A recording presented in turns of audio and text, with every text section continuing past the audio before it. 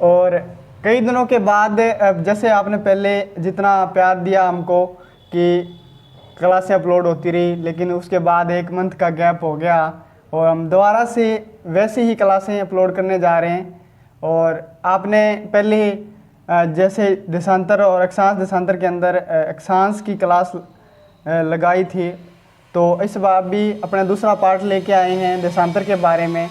तो हम विस्तार से चर्चा करेंगे देशांतर के बारे में कि देशांतर हमारे जीवन में किस प्रकार उपयोगी हैं और हम इनका उपयोग किस प्रकार करते हैं, और जो कॉम्पिटिशन्स एग्ज़ाम में किस प्रकार के प्रश्न जो हमको देखने को मिलते हैं।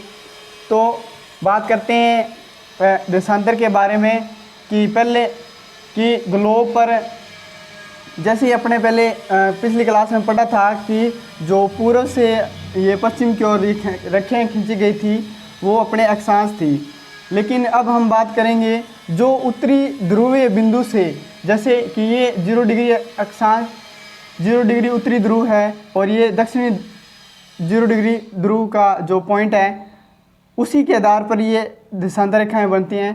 तो जो उत्तरी ध्रुव से लेकर दक्षिणी ध्रुव तक खींची गई अक्षांश रेखाएं जो एक प्रकार से मानक, वे जैसे अक्षांश रेखाएं मानक थी तो उसी प्रकार देशांतर रेखाएं भी मानक हैं। तो जो उत्तरी ध्रुव के 0 डिग्री पॉइंट से खींची गई दक्षिणी तक की रेखाएं जो अक्षांश देशांतर रेखाएं कहलाती हैं। तो हम बात करते हैं जैसे कि उत्तरी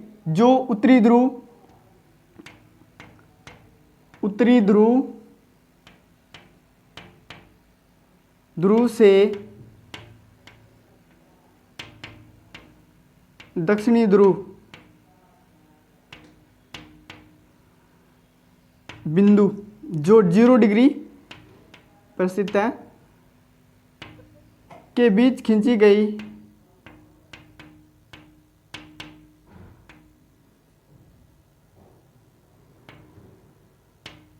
गई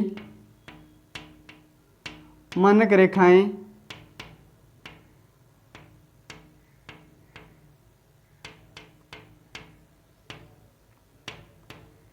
देशांतर कहलाती हैं।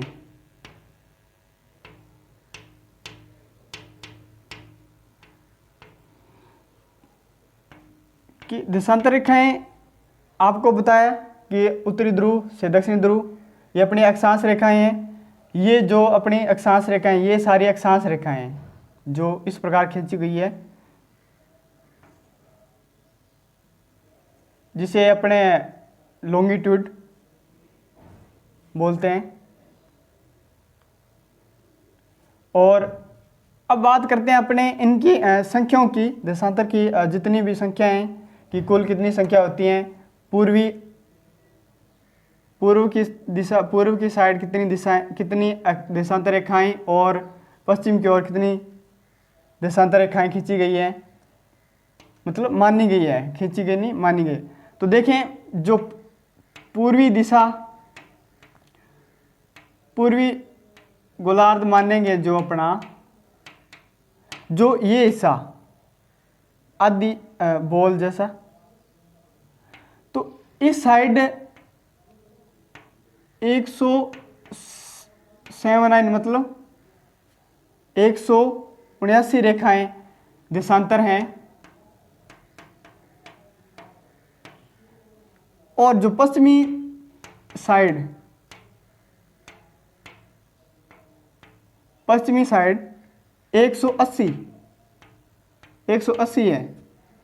और जो 180 और 179 और एक 0 डिग्री, इनको मिला लें तो अपनी ये संख्या बनेगी 180 और एक 0 डिग्री हो गई। तो टोटल काउंट करें तो ये 360 हो गई। जो 0 डिग्री से 179 पूर्व की ओर और 180 पश्चिम की ओर है। और जो ये 0 डिग्री रेखा है वो एक विश्व को 2 भागों में बांटती है, दो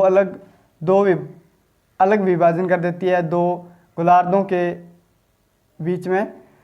और हम बात करते हैं इस 0 डिग्री जो अपना देशांतर है इसके जो कंपटीशन में एग्ज़ाम पूछे जाते हैं वो नाम क्या है। जैसे 0 डिग्री को अपने क्या क्या बोलेंगे, इनके नाम देखते हैं। एक तो 0 डिग्री बोलेंगे, वो आपको पता ही है 0 डिग्री देशांतर रेखा। एक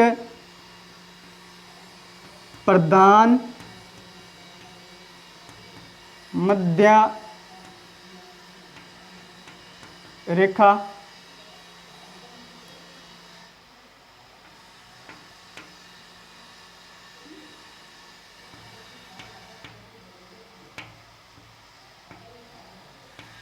एक ग्रीनविच रेखा,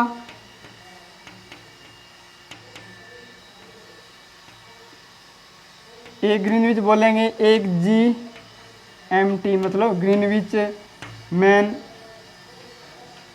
मेन्स टाइम मतलब जो निर्धारित है, इंग्लिश के अंदर बोलेंगे इसको ग्रीनविच मेन्स टाइम। और एक प्रधान या मध्य रेखा,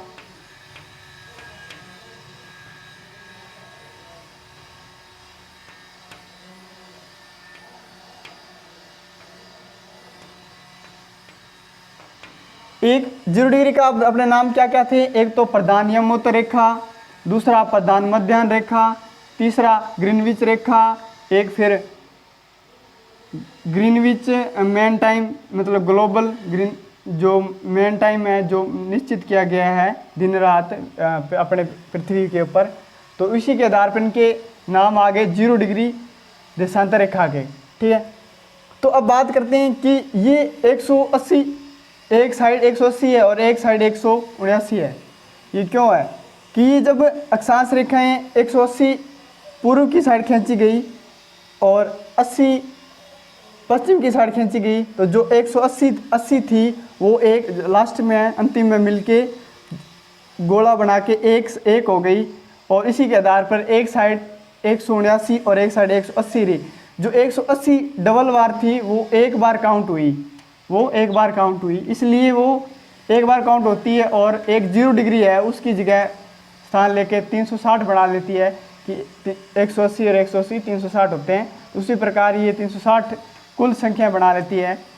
अब बात करें कि इनका प्रयोग क्या होता है कि ये क्यों बनाई गई हैं, तो जैसे इनका उपयोग की बात करें कि इनसे हमारे जीवन में अक्षांश का क्या उपयोग है, तो अपने बात कर लेते हैं, थोड़ी सी चर्चा करते हैं इस पर कि क्यों बनाते हैं और किन देशों ने कितने अक्षांश अपने मान रखे हैं और क्यों मान रखे हैं। तो अपने अक्षांश के बारे में जो उपयोग है वो बताएंगे अभी। तो देखते हैं कि देखो कि देशांतर के अंदर हमने बात करी कि 360 होते हैं। तो क्यों मानते हैं कि इससे देखो सूर्य की किरणें जब यहाँ से सूर्य की किरणें पड़ेगी तो जैसे जैसे ये पृथ्वी अपने अक्ष पे घूमेगी तो दिन रात बनेंगे। वो आपको पता ही है, एक तो दिन रात का कारण बनेंगे। ठीक है, फिर यदि इस प्रकार से ये किरणें जाएगी तो वो समय का निर्धारण करेगी।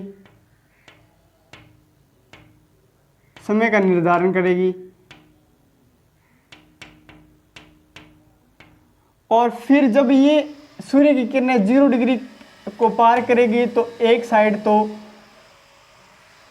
तिथि का निर्धारण करेगी कि इस साइड अलग तिथि रहेगी, इस साइड अलग तिथि रहेगी। इससे नई तिथि का वो प्रारंभ हो जाएगा 0 डिग्री के बाद, तो एक तिथि का निर्धारण होगा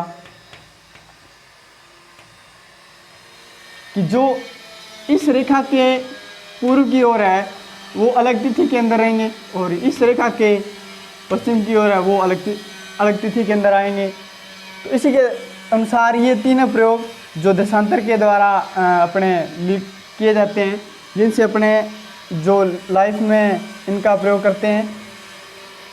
मनोविज्ञान भूगोलवेत्ताओं ने इस पे प्रयोग किए हैं तो ये उनके लिए उपयोगी सिद्ध हुए हैं, जिससे टाइम दिन रात तिथि का निर्धारण हुआ। और अब बात करती हैं कि अपने विश्व में ऐसे कौन से देश हैं जिन्होंने अक्षांश की संख्या 1 न होने की बजाय ज़्यादा मान रखे हैं। जैसे रूस की बात करें, अपने रूस ने मान रखे हैं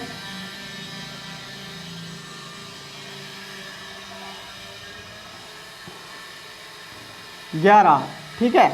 फिर चीन की बात करें तो चीन ने मान रखे हैं 3, और अमेरिका की बात करें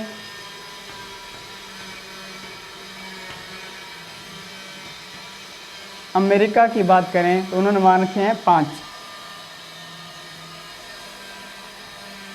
तो अब देखते हैं कि रूस ने 11 क्यों माने। क्योंकि रूस ने इसलिए 11 माने कि यदि वो एक देशांतर रेखा को मानता तो वो जो रूस जैसे मानते हैं कि ये रूस है, यदि वो 1 को मानता तो इतना बड़ा देश है, क्षेत्रफल के अंदर फर्स्ट स्थान रखता है, तो वो जो अपना सरकारी समय जैसे समय होता है तो उसी के आधार पर कर्मचारियों को आगे पीछे का समय करना पड़ता, किसी को जल्दी उठना पड़ता, किसी को लेट जाना पड़ता, और इसी अनुसार जैसे ही सूर्य की किरणें पड़ती तो उनको कुछ परेशानियां होती। तो उन्होंने अपने 11 अलग अलग मान लिए कि इस क्षेत्र का ये अक्षांश रहेगा, इस क्षेत्र का ये अक्षांश रहेगा। तो रूस एक बड़ा देश है इसलिए उन्होंने ज़्यादा देशांतर मान लिए। वैसे ही चीन एक बड़ा देश है तो उन्होंने 3 मान रखे हैं, और अमेरिका ने भी 5 मान रखे हैं। चीन भी वैसे देखें तो अपना तीसरा स्थान रखता है क्षेत्रफल के अंदर, और वैसे अमेरिका देखें तो वो अपना चौथा स्थान रखता है। तो ये बड़े बड़े देश हैं, ये फर्स्ट स्थान पे है, ये थर्ड स्थान पे है, ये चौथे स्थान पे है। तो ये बड़े देश हैं इसलिए इन्होंने अपने अक्षांश देशांतर वो अधिक मान रखे हैं 1 की बजाय। और अपने भारत की बात करें तो उन्होंने भारत ने जैसे बांग्लादेश, भारत और पाकिस्तान, इन्होंने 1-1 मान रखा है क्योंकि ये लंबाई के अंदर ज़्यादा है माने, और चौड़ाई में थोड़े कम है, इसलिए क्षेत्रफल तो वैसे इनका भी लगभग अपने भारत का माने तो ये 7वां सबसे बड़ा देश है। और अब मैं आपसे एक प्रश्न पूछता हूँ कि अपने विश्व का जो 8वां देश सबसे बड़ा है वो कौन सा है। कमेंट के अंदर आप बताएंगे कि 8वां सबसे बड़ा देश कौन सा है, ठीक है। तो अब भारत ने जैसे ये भारत है, आपको बता दें कि भारत ने कौन सा मान रखा है देशांतर रेखा, और बांग्लादेश ने कौन सी मान रखी है, और पाकिस्तान ने कौन सी।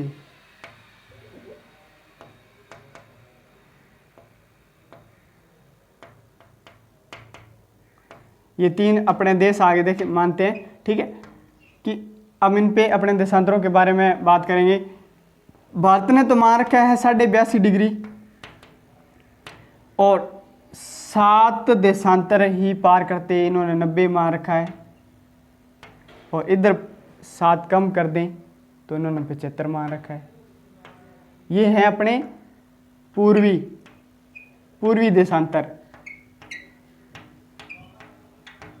देशांतर माने इन्होंने। तो अब देखते हैं कि इन्होंने ये मान रखा है, अब टाइम का भी अलग फर्क रहेगा। जैसे 7.5 जैसे माने कि पूरा 360 देशांतर है वो 24 घंटों में मतलब पार होते हैं, सूर्य के द्वारा 24 घंटों में पार होते हैं। तो एक घंटे में अपने बात करेंगे तो कितने पार होंगे, 15 देशांतर, ठीक है। अब इनका गैप कितना है, 7.5 का, इधर भी 7.5 का, 7.5 ये 7.5 है। तो इनका दोनों का तो बीच का जो गैप रहेगा वो तो अपने माने कि 15 देशांतर, जो 1 घंटे में मतलब देशांतर वो 60 मिनट में, और इनका जो आधा रहेगा तो वो अपने मानेंगे 30 मिनट में। तो 30 मिनट का फर्क रहेगा। इधर तो समय प्लस में होगा कि जब पूर्व दिशा में जाएंगे, जैसे ये है, इधर से यहाँ से जाएंगे अपने, तो इधर तो समय प्लस में होगा, जो इधर ये संख्या प्लस में होगी और इधर समय वो माइनस में होगा। इधर छोटा समय होगा, इधर बड़ा समय होगा। ठीक है, जैसे मानते हैं कि अपने इन तीनों देशों के आधार पर ही समय निर्धारण करते हैं। कैसे?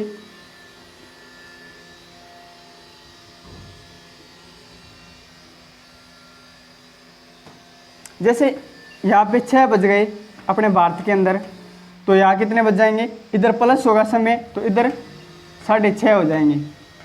ठीक है, और इधर अपना माइनस होगा, इधर अपना क्या होगा? माइनस, तो इधर क्या हो जाएंगे? 5:30।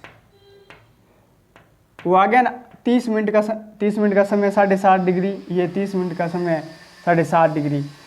तो अपने प्रश्न किस प्रकार आएगा कि कोई भी आपको समय दे देगा कि किसी भी शहर का कि यहाँ पे 6:30 बजे हुए हैं, तो 15 डिग्री देशांतर पार करने के बाद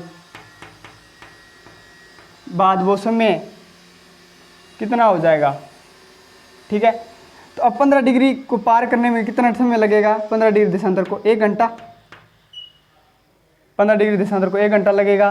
तो इसके साथ अपने क्या कर देंगे? 1 घंटा। यदि पश्चिम की ओर पूछा है फिर तो अपने माइनस कर देंगे। ठीक है, और यदि पूर्व की ओर पूछा है तो अपने प्लस कर देंगे। ठीक है, तो अब पूर्व की ओर पूछा, ये देखें कि ये भारत का समय बता दिया 6 यदि भारत का समय दिया था और बांग्लादेश का पूछ लेते, तो वो उदाहरण के तौर पे देखें तो वो 1 घंटा आगे हो जाता और वो 7 बजे का समय रहता वहाँ, मतलब बांग्लादेश के अंदर, यदि 6 बजे का समय भारत के अंदर मानते तो ये अपने बात चर्चा की कि देशांतर के अंदर ये इस प्रकार इसका डिफरेंस रहता है कि एक देशांतर है वो एक देशांतर 4 मिनट का समय लेगा, वैसे ही 4 मिनट का एक पार करने में। तो और वो आपको एक सिटी या कोई शहर का नाम दे देगा और देशांतरों की जो डिफरेंस वो आपको दे देगा और उससे गुणा करके और आगे आपको समय माइनस प्लस करना होगा, जिस प्रकार की स्थिति रहेगी वैसे बताएगा। तो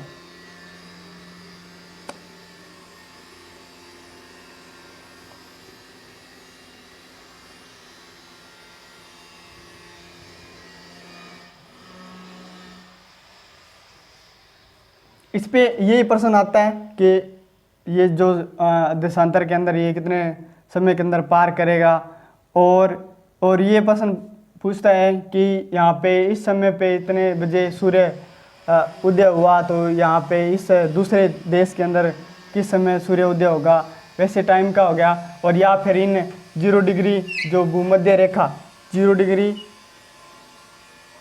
डिग्री देशांतर रेखा है उसके नाम पूछेगा, आपको 4 नाम दे देगा, 3 नाम दे देगा, एक अलग डिफरेंस नाम दे देगा और फिर बाद में पूछ लेगा कि इसमें से निम्न में से कौन सा नहीं है, या सत्य असत्य कथन वाला सबसे ज़्यादा प्रश्न बनता है। और या फिर संख्याओं के अंदर भी छोटा प्रश्न जो छोटे लेवल के एग्ज़ाम्स हैं उनके अंदर पूछ लेता है, और बड़े लेवल के एग्ज़ाम के अंदर सत्य असत्य का पूछ लेगा। और इसी प्रकार अपने पढ़ा कि जो उत्तर से दक्षिणी ध्रुव बिंदु से खींची गई रेखाएं वो देशांतर थी, और अपने पूर्व से पश्चिम की ओर खींची गई रेखाएं थी वो अक्षांश थी। और आज ये अपना एक बार तो अक्षांश देशांतर जो टॉपिक था वो कंप्लीट हो गया है, और अपने आगे से जो टॉपिक है वो अपने लगातार करेंगे। उस समय के लिए थैंक यू, धन्यवाद।